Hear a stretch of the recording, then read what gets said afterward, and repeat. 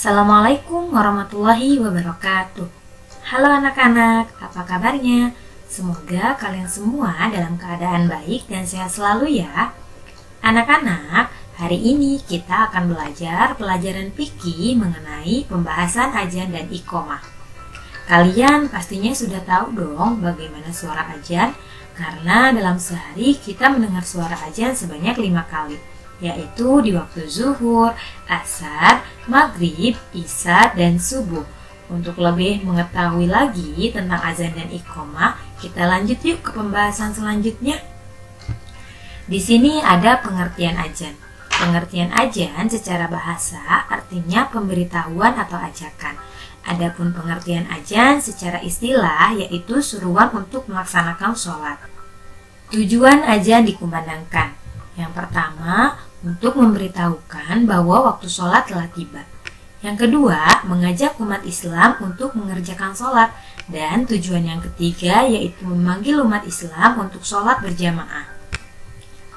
Ada beberapa manfaat dikumandangkannya azan, yaitu memberitahukan bahwa waktu sholat telah tiba.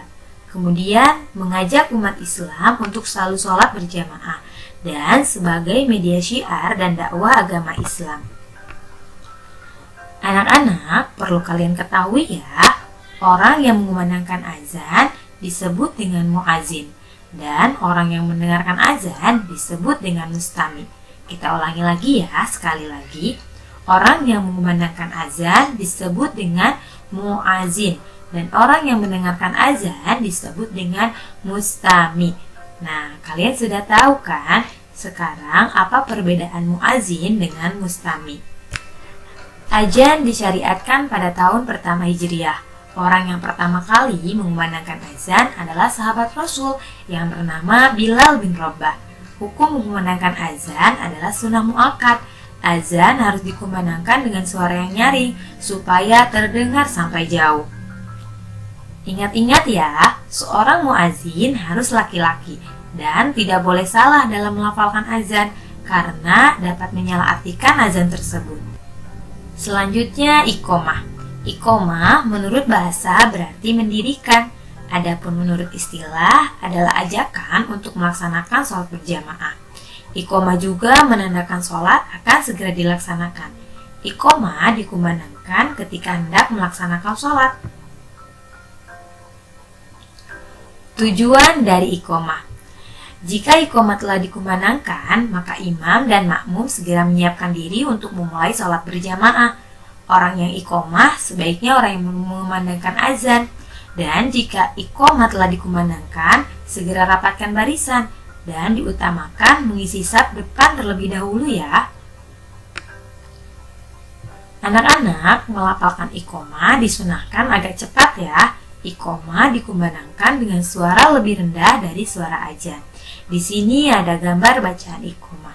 Bacaan iqomah dibaca sebanyak 1 kali. Bacaan iqomah sama seperti bacaan azan. Akan tetapi yang membedakan bacaan iqomah terdapat kalimat qad qamatis shalah, qad qamatis shalah. Ketentuan azan dan iqomah. Ada syarat azan dan iqomah. Yang pertama, orang yang azan dan iqomah harus orang Islam. Dikumandangkan setelah masuk waktu sholat, harus tamyiz atau sudah mengetahui baik dan buruk. Kalimatnya diucapkan secara berturut-turut. Yang terakhir, syaratnya adalah tertib atau kalimatnya harus teratur. Kemudian, ada sunnah dalam azan dan iqomah. Yang pertama, berdiri tegak menghadap kiblat. Kedua, suci dari hadas. Ketiga, berdiri di tempat yang lebih tinggi. Keempat, hendaknya memiliki suara yang bagus. Kelima, memasukkan ujung jari ke lubang telinga. Keenam, berhenti setiap selesai membaca 1 kalimat azan. Dan yang terakhir, membaca doa setelah azan. Lafaz azan. Perhatikan ya anak-anak, di sini ada lafaz azan.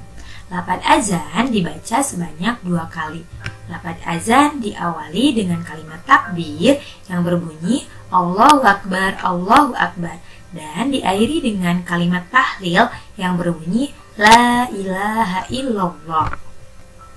Lafaz azan subuh dengan lafaz azan zuhur, asar, maghrib, dan isya itu berbeda ya anak-anak. Yang membedakan lafaz azan subuh dengan lafaz azan lainnya yaitu pada kalimat as-sholatu khairum minan naum. As-sholatu khairum minan naum yang artinya sholat itu lebih baik daripada tidur. Ketika kalian sudah mendengar kumandang azan, disunatkan untuk membaca doa setelah azan. Apakah kalian sudah hafal doa setelah azan? Kita baca bersama-sama ya doa setelah azan. Bismillahirrahmanirrahim. Allahumma rabba hadhihi da'wati tammah wassalatil qa'imah ati sayyidana Muhammadanil wasilata wal fadilah wasyarafa wad darajatal 'aliyatar rafi'ah wa ba'ashu maqamam mahmudanil ladzi wa'adtah innaka la tukhliful mi'ad. Nah, itulah tadi doa setelah azan. Mudah-mudahan setelah kita membaca doa setelah azan bersama-sama, kalian semakin hafal lagi ya doa setelah azannya. Alhamdulillah, kita sudah belajar dan mengetahui pembahasan mengenai azan dan iqamah. Jadi, jangan lupa ya, jika sudah mendengar azan berkumandang, bersegeralah mengambil wudhu dan melaksanakan sholat. Jangan membiasakan diri menunda-nunda sholat ya. Apabila menunda sholat, rasa malas akan datang. Dan pastinya Allah tidak menyukai orang yang lalai dan malas dalam sholatnya. Terima kasih sudah menyaksikan video ini. Semoga kita bertemu di pembelajaran selanjutnya. Wassalamualaikum warahmatullahi wabarakatuh.